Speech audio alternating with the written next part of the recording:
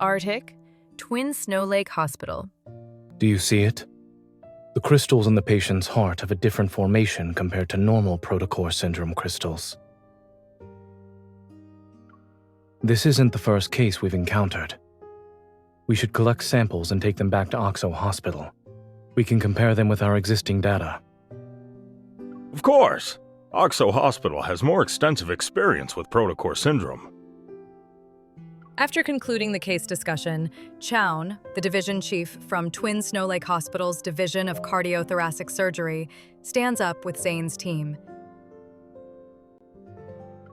Dr. Zayne, you've been working so hard these past few days. It's almost time for dinner. Would you like to join us? Our regional specialty is the twin snowfish. Have you tried it before? I can take you to a place where you can get it fresh.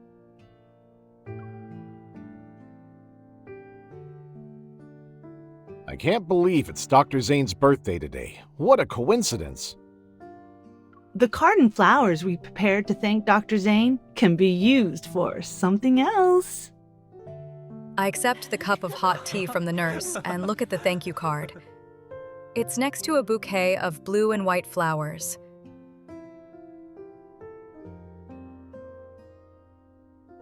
Blue leadwoods and white tulips. I also wanted to buy Zayne flowers, but there aren't any in Snowcrest.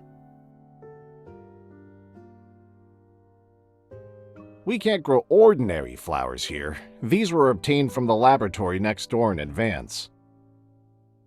Through the reception room's foggy glass window, I look at the pristine blanket of snow covering everything outside.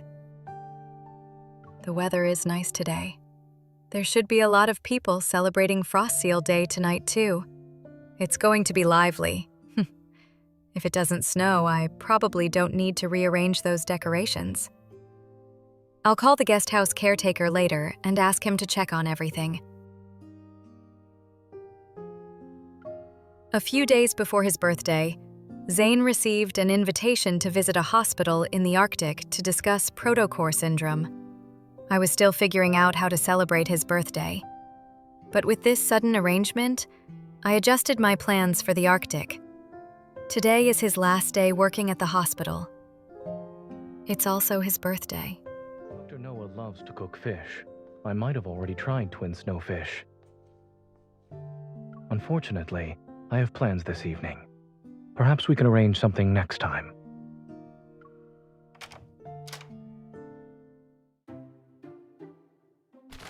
As Zayne pushes open the door to the reception room, a banner is swiftly unfurled before his eyes. A bouquet is quickly given to him. Happy birthday, Dr. Zayne! You're like the breaking dawn with your healing touch. We're so grateful that you traveled here. The flowers, banner, and thank you card are small tokens of our thanks. Zayne accepts the flowers and lifts up the large banner that's as tall as him. He examines the bright golden text. Thank you. This is very thoughtful. I'm surprised you even knew about my birthday. And the banner is so... His gaze travels past the shoulders of the nurses. He smiles as soon as he sees my face. touching.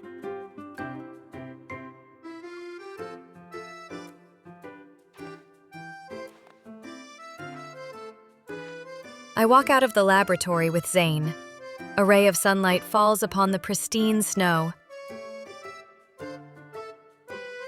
It went on longer than I expected, and Dr. Noah is still waiting for us to join him for lunch. If we're too late, we'll never hear the end of it.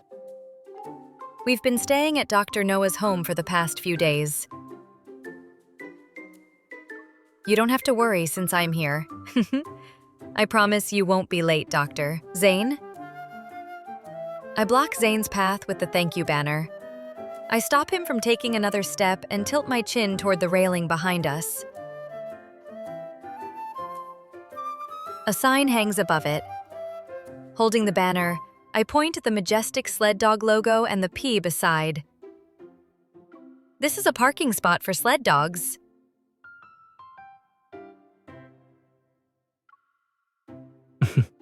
I was wondering why you were so confident. You planned this. Pi should be arriving any minute now. I look at the forest in the distance. There's a rustling sound from the branches, and sure enough, several sled dogs leap out from between the trees. Behind them, Pi sits on the sled. Wearing a pointed birthday hat, he lazily licks his paw. Over here! The sled kicks up snow as it comes to a stop before us. Pi leaps onto Zayne's shoulders in one jump. Zayne catches him and falls backward into the snow.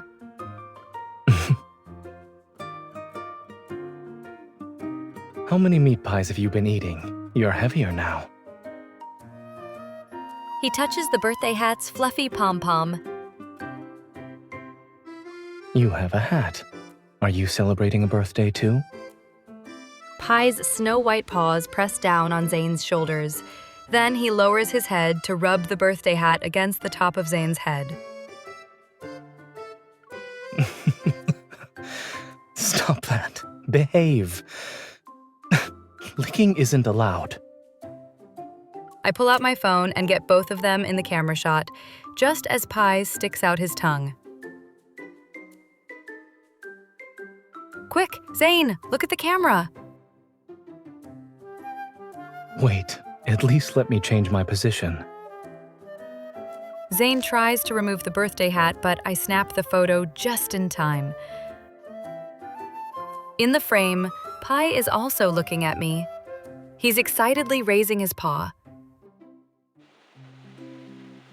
Traveling through the forest and snowy terrain, Pi leads us to a vast expanse of ice.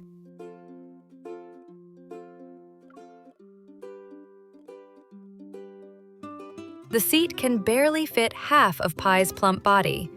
He keeps fidgeting too. I hope he doesn't fall off. I anxiously tighten my grip on the reins and reach out to secure Pi. If he could understand what you're saying, he'd probably be protesting right now. I'm just worried. As we talk, the sled dogs carry us toward an old man sitting in a camping chair nearby. He's ice fishing. Zayne, I see Dr. Noah.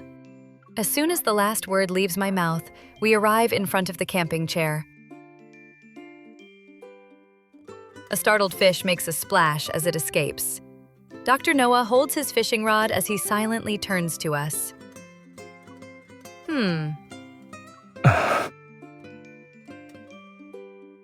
Zayne gently nudges Pi forward. After hesitantly glancing at Zayne, Pi touches Dr. Noah's hand with the tip of his nose. I've been sitting here for most of the day. I was hoping I could catch a fish. I guess we won't be eating it after all. We can help you, Dr. Noah. More hands make light work. I pick up a nearby ice pick and nudge Zayne's arm. Even if we don't catch anything, we can always do something else. Zayne takes the ice pick from me, crouches down, and carves a hole in the icy surface. The fish market won't close for another few hours.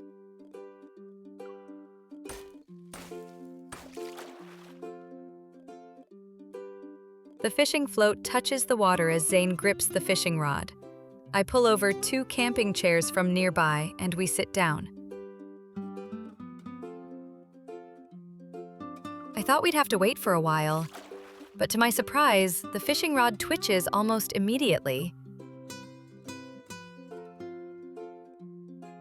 The birthday boy's luck really is in a league of its own.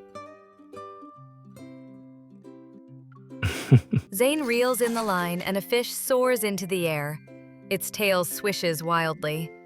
As it thrashes around, it splashes ice-cold water on my face. Zayne, freeze the fish! In the blink of an eye, a white blur dashes past us as the ice from Zayne's evol starts to spread over the fish's scales. Pi leaps up and opens his mouth to lick the frozen fish. We're shocked as the fish remains stuck to his tongue.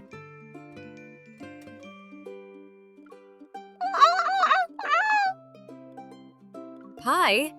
Oh no, is your tongue stuck to the ice? With the fish still stuck, He shakes his head, whimpers, and runs circles around us. I quickly grab his fluffy paw.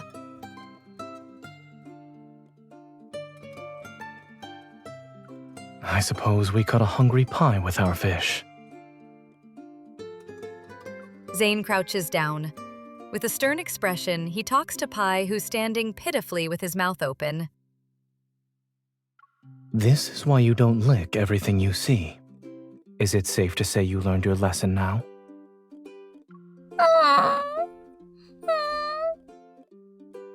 Zayne uses his evol to melt the ice on Pi's tongue. Pi jumps back and cautiously stares at the fish for a few seconds. Only after he confirms there's no threat does he stick out his tongue. He shakes his head. Panting, he trots back to Dr. Noah. Pi won't be greedy for a while since you lectured him, Dr. Zayne. I wouldn't be so sure about that. Before I can look away, a warm hand touches my face. Zayne lowers his gaze as he wipes away the water droplets from my cheeks. You looked just like this when you were hit with a seal's ice at the aquarium. All I remember is how you made seals out of ice to comfort me. Yes. They won't look like snowballs this time.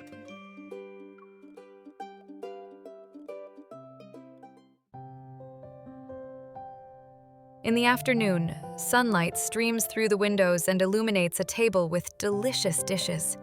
Even in the Arctic, it's warm and bright inside the home. Here's our first toast. Happy birthday, Zayne. May you find happiness every day. For our second toast, I hope Zayne can rest well in the coming year. May everything go smoothly. I'll do the third toast then.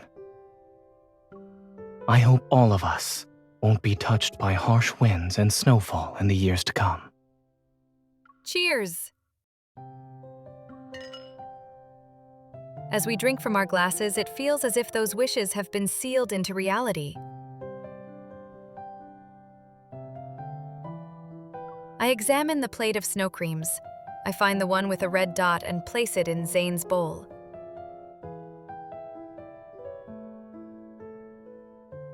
These snow creams are a holiday dish for Frost Seal Day. Try it. I stare at Zayne as he bites into the snow cream. He eats it carefully, but he doesn't say anything. Your eyes might pop out at this rate. Do you want my snow creamy that badly? I'm waiting for you to describe its taste. It's as if something forgot to take off its shell before going outside. Zayne glances at me and clears his throat. It's crispy on the outside, yet soft when you bite into it. The texture has depth. Satisfied, I nod and thank Zayne for humoring my request. Congratulations, you got the lotus seed filling. They say whoever eats a snow cream with that won't feel cold for the entire winter. Try one, Dr. Noah. Thank you for taking care of us these past few days. Before, my place was always quiet for Frost Seal Day. But since you two arrived, it's become livelier. When I visited before, you complained that I was too quiet. Only now do you welcome me. I wish you weren't so busy. It'd be nice if you visited every day. Some celebratory events are still being hosted on Downflake Avenue. Are you two going to check them out? I was actually planning to do that. The languid afternoon slips past our fingers like sunlight filtering through the window.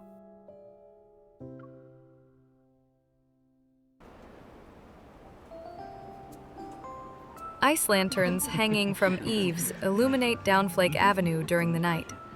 Zayne and I make our way through the bustling crowd. Sunlight has faded, and Snowcrest is more bustling now than it is during the day. It's just as Dr. Noah said. Despite the cold weather, the festive atmosphere remains unaffected. I rub my hands together and stop in front of a hot beverage shop. Hello, I'd like one birthday special milk tea. As for the tea latte art, make it a cake, please. You know their secret menu. I was worried my big snowman would get cold. Did you know there's more than one type of hidden item here? Snowy days might call for some unique flavors. I'll have the Heart of the Arctic. What a unique name. It should exceed your expectations.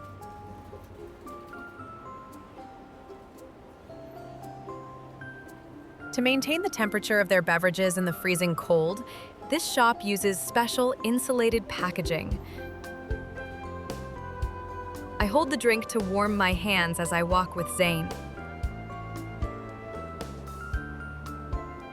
Nearby, people sit in small groups at tables that are outside a few small shops. Their heads are lowered as they carve something. Almost there. I grab Zayne's arm and eagerly pull him toward the small shops.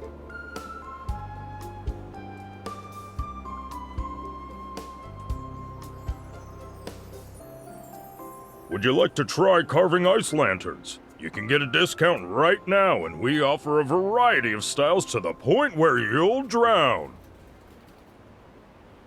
Glaciers may have flaws, but our ice lanterns never thaw. We're a good choice for Frost Seal Day.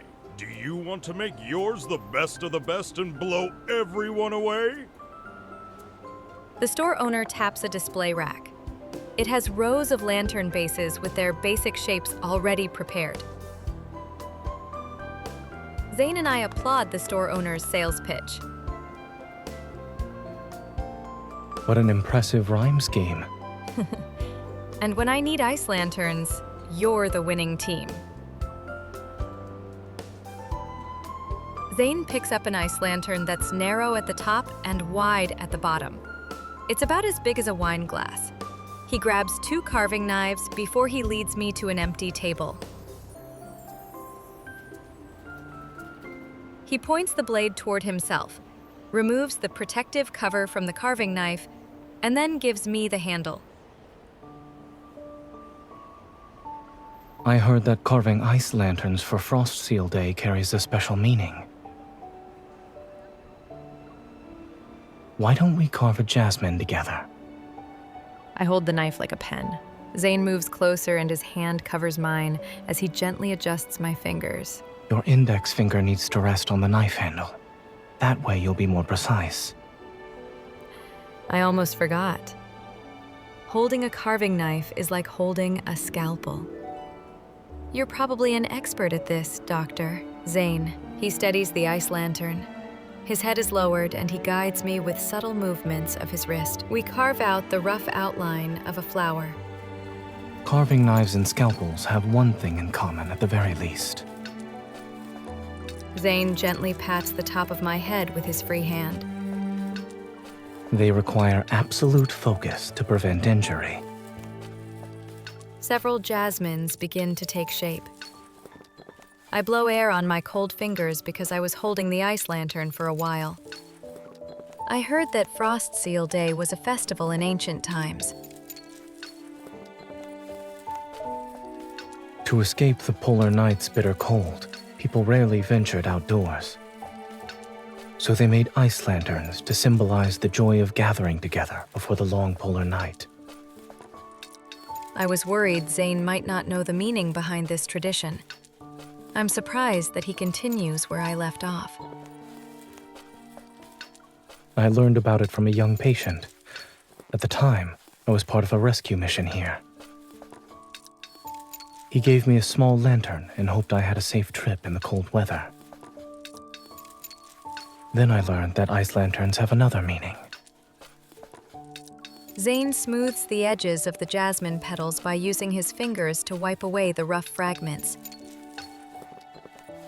Once the polar night ends, during the first sunrise, People who are temporarily separated will reunite in front of doorways marked by these lanterns.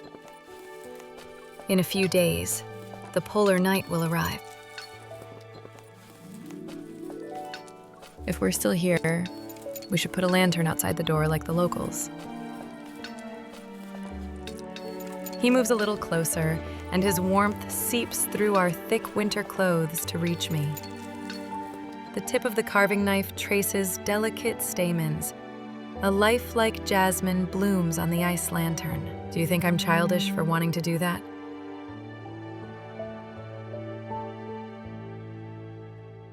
People don't need to stay cooped up indoors anymore during a polar night.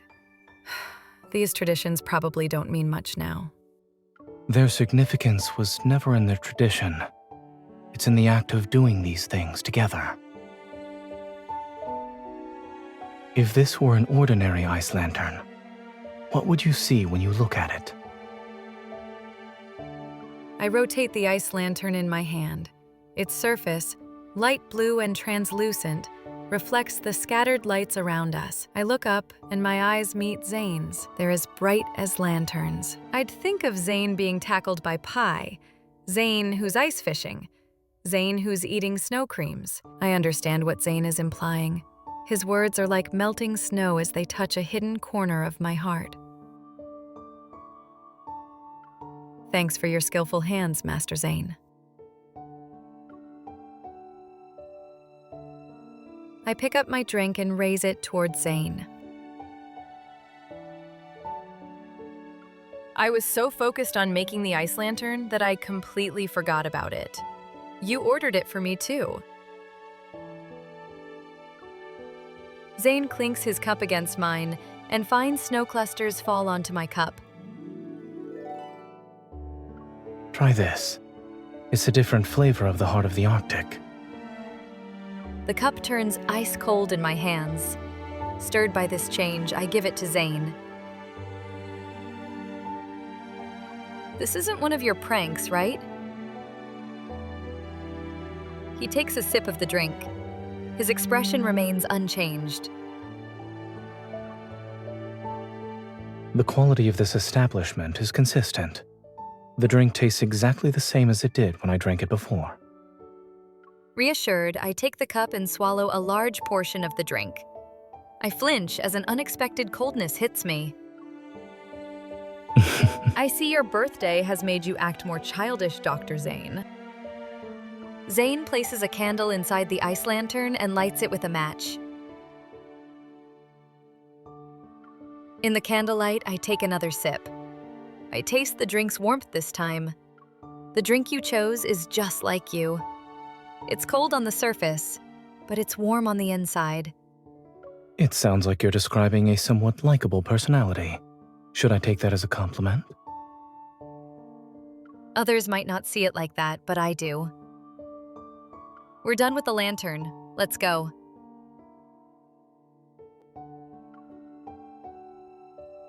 I take Zayne's warm hand to withstand the cold and lead him in the opposite direction from where we came. I don't believe this is the way back to Dr. Noah's house. I suggest you be a good boy and follow me.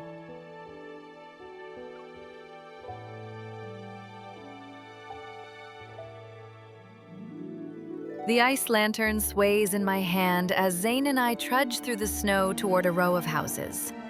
Number 145. We're here. The snow in the small yard glimmers with tiny sparkles. It's illuminated by golden string lights entwined around the tree branches and cabin. The snowman I built while setting up everything a few days ago still stands undisturbed in the corner. I place the ice lantern on the small table. Its soft glow shines on the decorative figurines and intricately frosted desserts.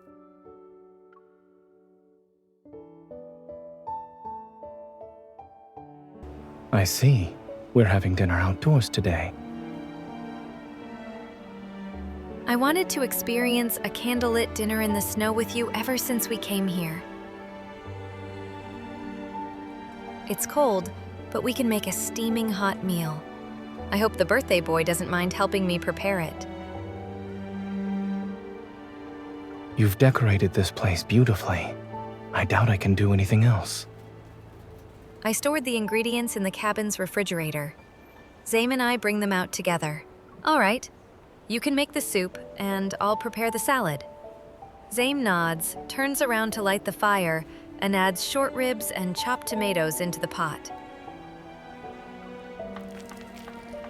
Meanwhile, I use a small knife to chop red cabbage and cherry tomatoes. Then I add the pre-cooked beef and shrimp before drizzling sweet dressing over everything. The salad's almost ready. The enticing aroma of soup wafts through the air as I move closer to Zayne. I watch him add oyster sauce, soy sauce, and various other seasonings to the pot. Did the bland hospital food get to you? Your cooking techniques aren't particularly healthy, Doctor. Zayne. If you encounter any health issues after our meal, I can provide free medical treatment.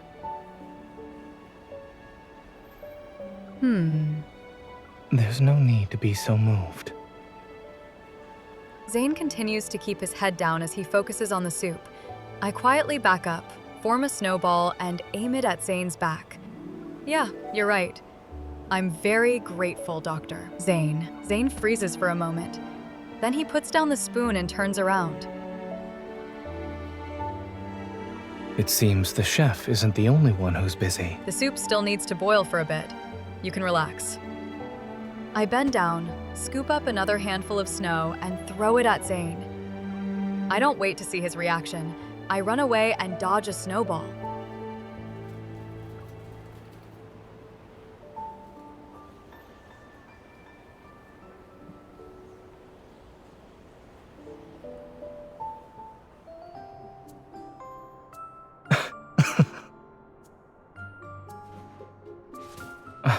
Don't hold back. Confident, are we? Careful now. Take this! I'm going to attack. Who's faster?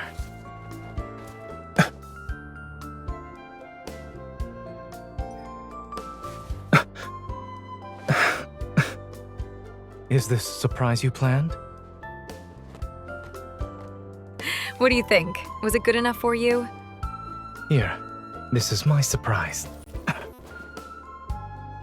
Zayne, using your evol is cheating. I saw that. You were the one who cheated first, but for the sake of fairness... Should we stop? Or do you want to keep going? I don't see why we should end it here. A snowman?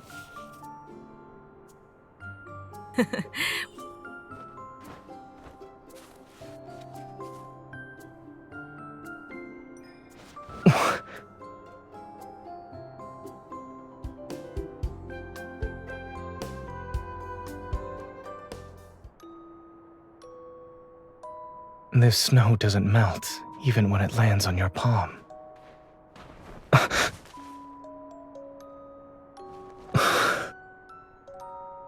It turns out you can hold your own in a snowball fight, Dr. Zayne. You attacked first. I just countered your moves. Do you think we'll be buried in the snow if we stay like this? If we assume I'm here with you. No.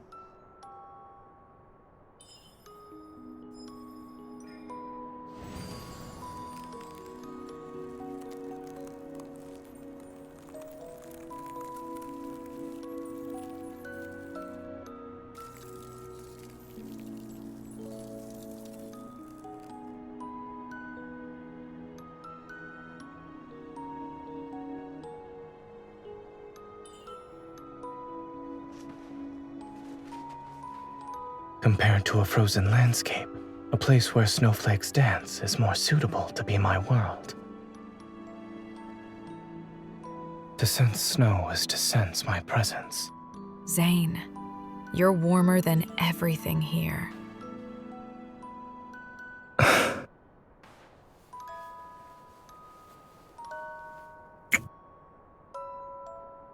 If only I could freeze time.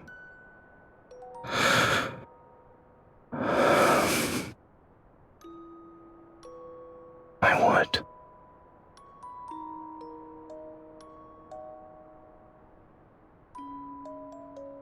Even though you're right in front of me, I'm looking forward to my next birthday.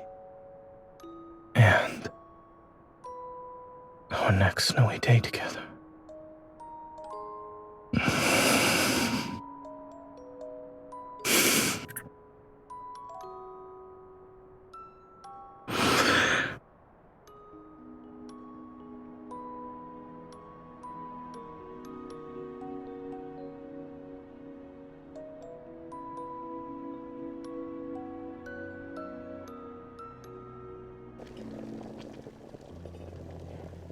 In the candlelight, snowflakes dance like tiny feathers. Zayne's profile is bathed in a golden, honey-like glow.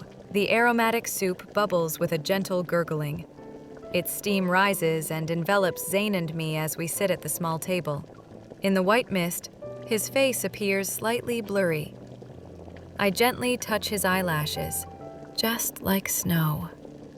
Zayne smiles and stirs the pot's contents with a ladle. The soup is almost ready.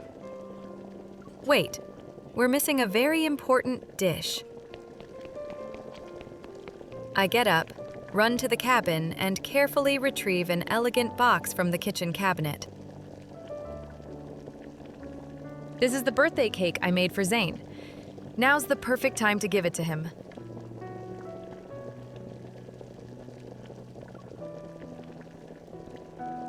I carry the box out of the cabin. 2 bowls that are filled with soup sit on the table.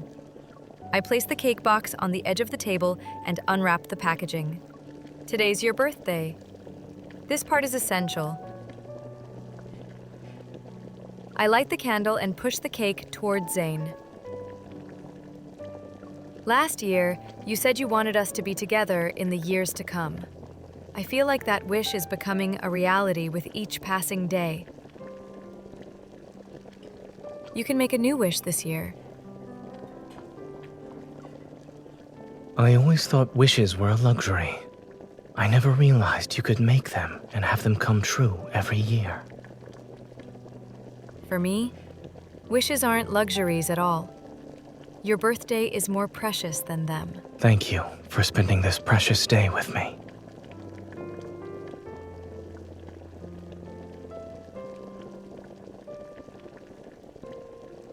Zayne closes his eyes as the candlelight casts swaying shadows across his face. A moment passes and he opens his eyes and blows out the candle. In the thin wisps of smoke, his fingertip glides across the cake, scoops up some frosting, and wipes it on my cheek. I was going to let the birthday boy have the first bite of his cake. Zayne leans in and tastes the frosting on the side of my face.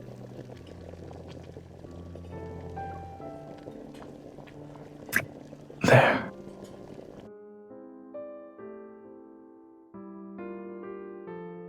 The cake plate and bowls are empty. Warmth spreads throughout my body as I adjust the blanket covering me.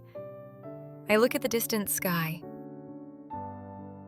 I didn't even notice when the sky turned completely dark.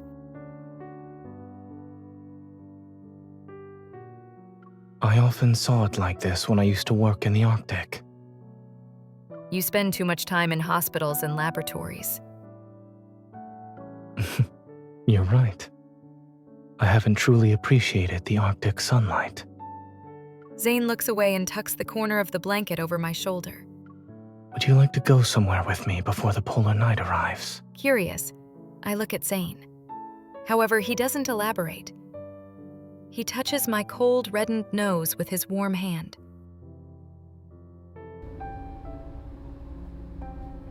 The train passes glaciers and snowy plains. It brings us to Wiesum, the town closest to the pole. At the edge of the town, Zayne rents a car and we drive into the snowy mountains. The sky grows dark as we wind past icy mountains. Through the car window, I finally catch a glimpse of the sunset.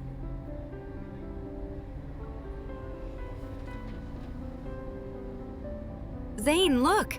It's the last light before the polar night. If we could catch up to it.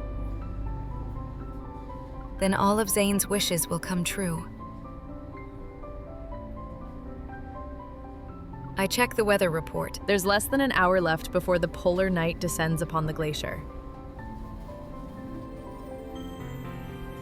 Zayne silently speeds up. The view outside remains an endless expanse of white. Time passes, and then a road sign appears ahead of us. The car hits several bumps along the snowy terrain as we slow down. I carefully read the sign. 2 kilometers to the heart of the Arctic. Dying here isn't permitted. When you ordered that drink earlier, I thought Heart of the Arctic was a beautiful name. I never imagined it to be an actual place.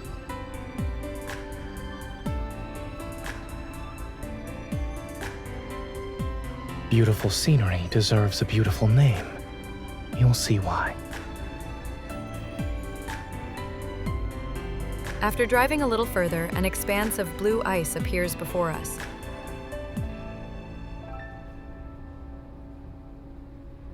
Cold wind whisks the snow, and the particles hit the glass. Sunlight pierces distant icebergs. Long shadows are cast across the frozen surface. On the frost-covered ground, old wooden ships stand upright in the snow, one after another. They're like sentinels keeping watch. A tiny sun with moonlight's cold hue is suspended above the frozen surface. Zayne holds our ice lantern and takes my hand. Step by step, we approach the ships at the shore.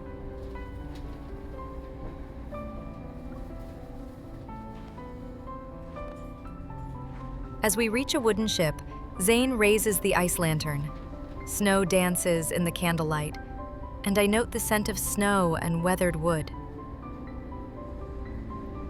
Heart of the Arctic is a graveyard for ships. Death isn't permitted because there was once too much death here.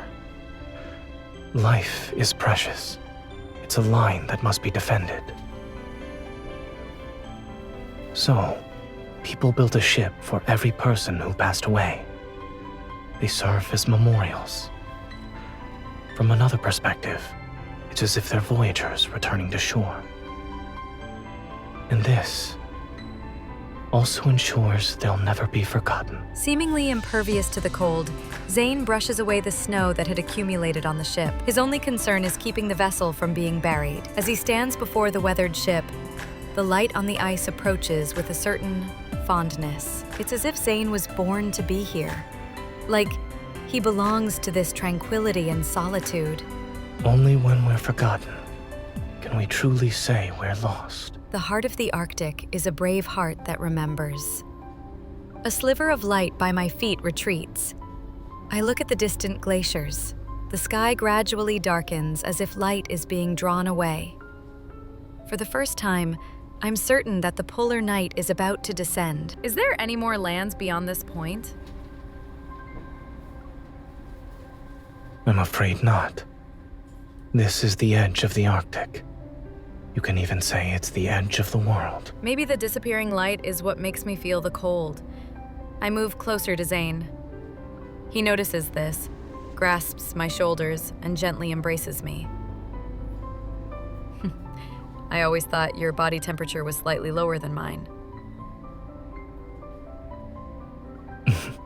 What about now? I hug Zayne even tighter and let my actions speak for me. In the slowly receding light, my shadow and Zayne's fall upon the ice. In a place like this, there's no end to the ice, and it's bitterly frigid. I thought you wouldn't like it. But these landscapes belong here. I like that uniqueness.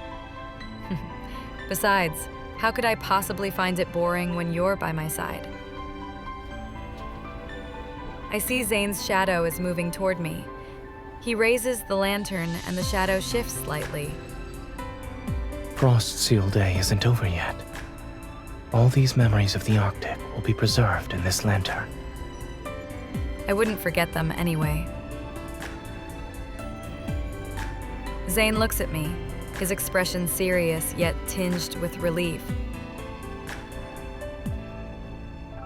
In a person's life, there are always things that end up forgotten. It's then that I have a realization. I don't want him to experience loneliness. No matter what, there are many ways to help someone remember. For example, if I drink something that tastes similar to the heart of the Arctic one day, I'll think of it.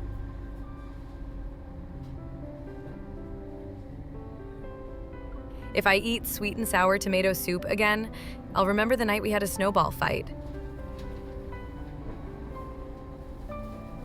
And if I happen to hear someone mention a polar night, I'll think of today.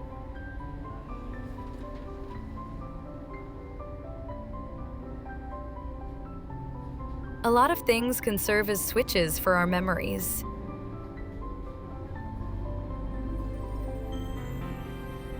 When it comes to special people and special moments, our bodies always find a way to help us remember. I reach into my heavy coat's pocket to find my phone. Even if our bodies fail us, memories can still be stored in other ways. Like, I point my phone's camera at Zayne. At this time, the sky has darkened, and no traces of sunlight are visible through the lens. On the screen, Zayne's face appears blurry. In 2 minutes, the sun will disappear below the horizon. Zayne, is there anything you'd like to say? I'm fortunate I can share these last 2 minutes of sunlight with you before this year's polar night begins. At the edge of the continent, no less. He looks up. The fading light touches his eyes as he stares at me. I hope I'll remember these 2 minutes forever. Zayne's presence envelops me. Although the camera doesn't capture it, I know neither of us will forget it. At the edge of a continent and atop a glacier, I'll remember the sunset's absolute finality and our passionate kiss.